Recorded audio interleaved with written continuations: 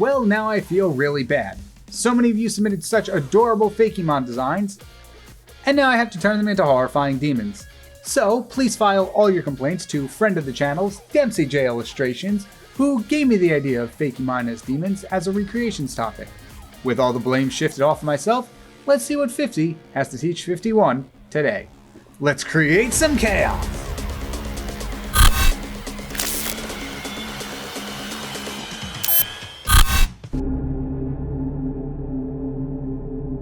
Hey, it's been a while since I've seen you all. What are you talking about? Not only am I the only other dark one in this room, but we have not left this room at all since your first lesson. Well, yeah, but we took a short break from looking at the demon encyclopedia, and I wasn't talking to you. I was talking to all these delicious demons contained within these hypothetical pages. Right. Anyway, you've only learned about 2 demons so far, which barely covers even a fraction of what is contained inside this book. Our lesson today will discuss poor examples of demon forging made by a previous devil and how the next devil went about remedying this. Poor examples of demons? What do you mean? A long while ago, James Buchan was the crowned devil. As it turns out, he didn't quite portray the qualities that the King of Hell would normally portray. In fact, he was quite the antithesis. James Buchan didn't create demons to hunt humans who reserved themselves a spot in hell. Instead, he forged several generous and adorable demons that would be kind or protect humans. He believed that it would make people less scared of hell and more likely to do good. Nice sentiment. Unfortunately, that's not our job.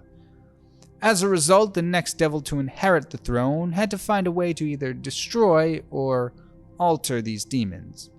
Of course, the next devil in charge was a bit of a synvironmentalist, so they opted to reuse the demons as to not waste materials. That's a lot of really interesting backstory that I'll definitely remember. So, what do these demons look like? We'll go in chronological order. The first demon James Buchan forged was a tree-like demon called Thalarex. It was intended to be a guardian for humans and animals against grave danger and natural disasters. Since you didn't seem to be interested in the reasoning behind today's group of demons, I should reiterate the point that this is not usually the purpose that demons are forged for. I gotta say, the next devil in charge didn't do much of a good job turning this demon into something horrifying. Menacing and intimidating, sure, I wouldn't want to fight it, but nightmare-inducing? I give it a 5 out of 10. What are you talking about? Thalarex was considered one of the most fearful-looking demons back then. This picture right here. It looks really cool, but based on the others you've taught me about before, it seems rather tame. That is because the picture you are looking at is the original design that James Buchan created. The demon's recreation, for lack of a better word, is on the next slide over. You're kidding me? Didn't you say this J. Beautician guy, or whatever the devil his name was, made a bunch of adorable demons to vibe with humans? Indeed I did, though let it be known I did not use those exact words. Well, I know that this is hell and all that, but this first one doesn't look particularly cute by human standards. This demon looks like someone carved it out of a redwood. Where are the giant eyes that are too big for its tiny stature? Or the loads of fur that cover up all other noticeable features? Okay, I will admit, my earlier statement was a bit of a generalization. A majority of these recreated demons we'll be looking at today were considered cute by humans. This was a bad example to start to illustrate that point. However, what you should be focusing on were the altruistic purposes each of these demons were created for, despite their original appearance.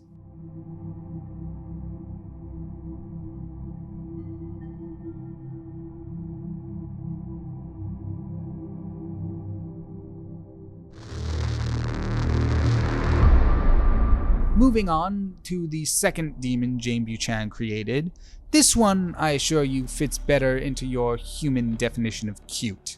Here, have a look. See, this is what I mean.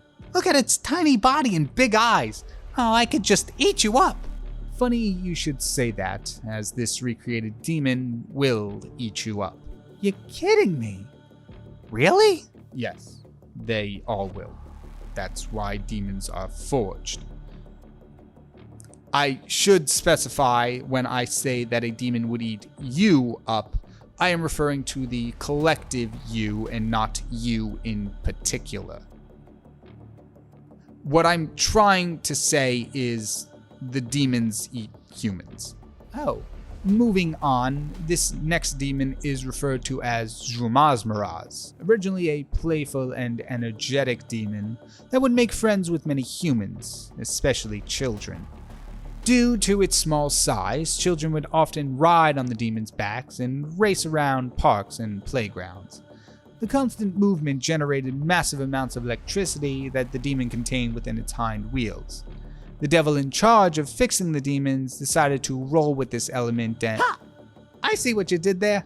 What did I do where? You said the demon had electro wheels, and then said the devil recreating these demons decided to roll with it. Like wheels. I see. Well, whatever humor you found in such trivial wordplay, I assure you was unintentional. Anyway, they gave this demon the ability to discharge this electricity at will and stun all humans within a certain range. Why are you looking at me with such fury in your eyes? Have you not still been following that this is the purpose of Demon Forge? They gave this demon the ability to electrocute children? Yes, I can see where that confusion might come from. Rest assured, while recreating Zhumazmaraz, the devil made sure children were no longer drawn to the demon in order to keep them out of harm's way. Though children may be troublemakers at times, the devil, usually, doesn't forge demons to hunt them, as they're still learning and don't carry the same degree of morality as an adult human.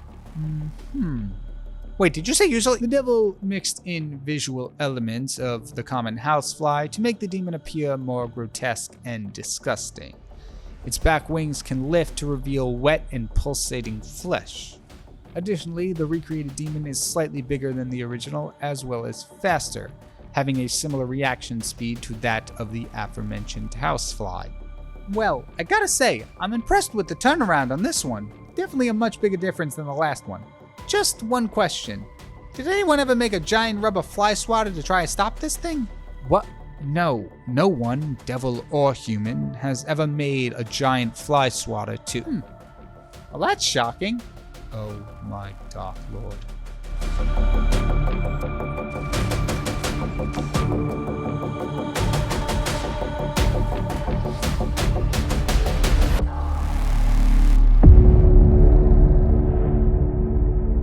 The next demon here is the closest that Jane Buchan ever came to forging a proper demon. It's called Dranda Dread and was forged when Jane Buchan was looking to create a demon based on a bear. Of course, he chose to model it based off of red pandas, not knowing that red pandas aren't even part of the bear family despite their name and actually belong to their own family called Alua. Well, you're doing your born rambling again. What makes this demon the devil's best work? My apologies. Dranda Dread has two forms, a red flame and a blue flame form, signaled by the flame on top of the demon's head. In its red flame form, the demon was calmer and friendlier, getting along well with humans like we saw with Zhumazmaraz prior. Additionally, while in red flame form, Dranda Dread has rounder and softer markings on its face, aiding in its friendly demeanor. On the other hand, when it's in blue flame form, the demon is much more aggressive and hostile. While it is still fond of humans, it is a much more selective group than when it's in its red flame form. The markings around the demon's face also change in this form, becoming sharper and more pointy, making the demon look even more aggressive in appearance. Seems like that devil did a pretty good job forging this demon as a base design. At an initial glance, one could draw that conclusion. However, when seeing the demon in action on Earth, the opposite is revealed.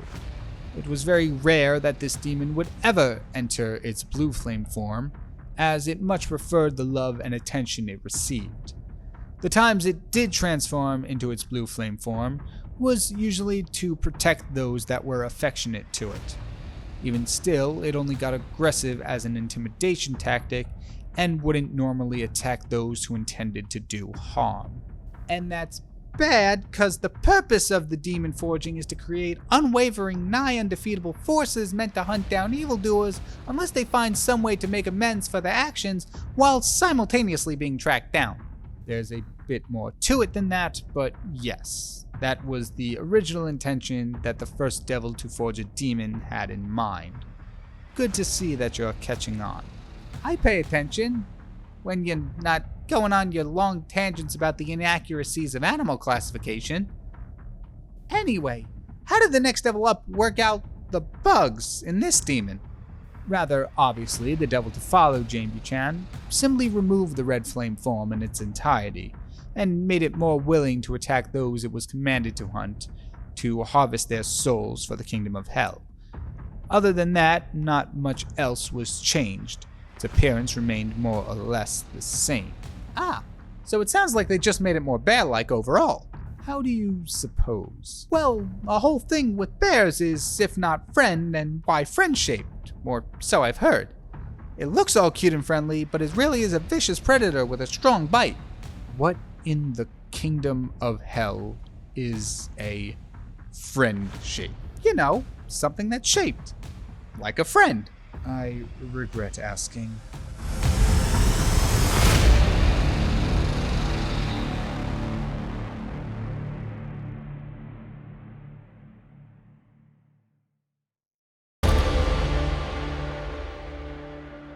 Well, this was actually a pretty interesting lesson. Can you give me a teaser on what we'll be doing next time? What do you mean? We have yet to conclude this particular lesson. Oh, it's just that last time we only covered 3 demons, one of which I made, so I figured that this one would be more or less the same. Not quite. James-Buchan managed to forge a set of 4 human-loving demons before the Dark One he appointed took over. You'll come to learn that these lessons aren't just one and done.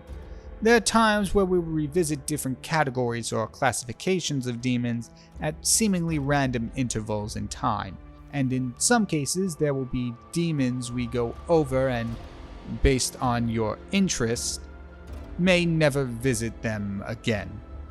All in all, we do have 1 more demon of James-Buchan to go over. Alright, so what do we have? Ooh, let me guess. It's something wind or water related. Not really. What makes you think that? Well, we had the tree-based demon for earth or nature, an electric housefly, electricity, and a red panda with a flame on its head, fire. I just assumed that these were all elemental-based demons, which would leave the last remaining demon to represent something along the lines of wind or water. Interesting. I hadn't noticed that. Though this final demon, called Cynomanus, resembles a moth and took up residence by a lake, is not a wind or water-based demon.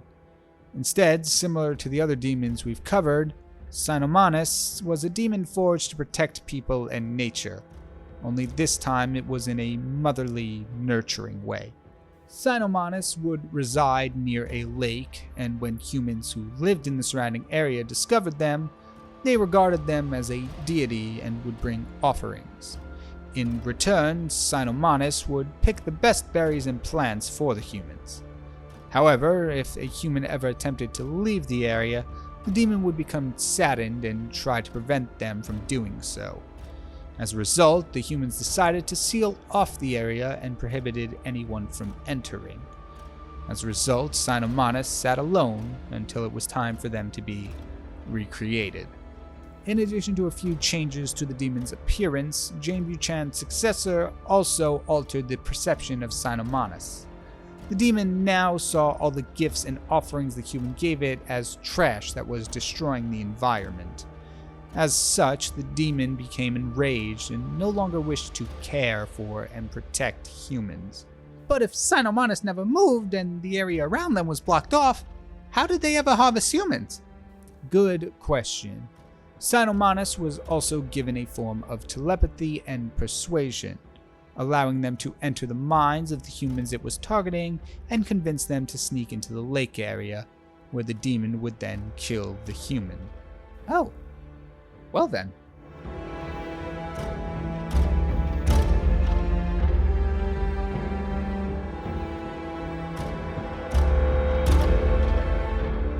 In all seriousness, thank you so much to Dempsey Illustrations for suggesting this as a recreation topic. I will leave a link down to his channel in the description below. And thank you to everyone who submitted, and a special thank you and congratulations to those who were chosen.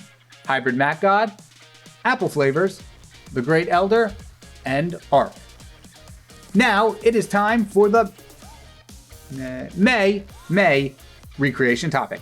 I want you all to choose one element, I'll let you decide what that means, and turn it into some kind of witch, wizard, warlock, some kind of magical controlling being. Please provide one full body and one headshot, and include as much lore, ability, and stories as you seem fit. And with that being said, that is all I have for you today. Thank you all so much for watching. Feel free to hit the like and subscribe button if you enjoyed the video. My name is KyngPin, and I will see you all next time. Take care, everybody.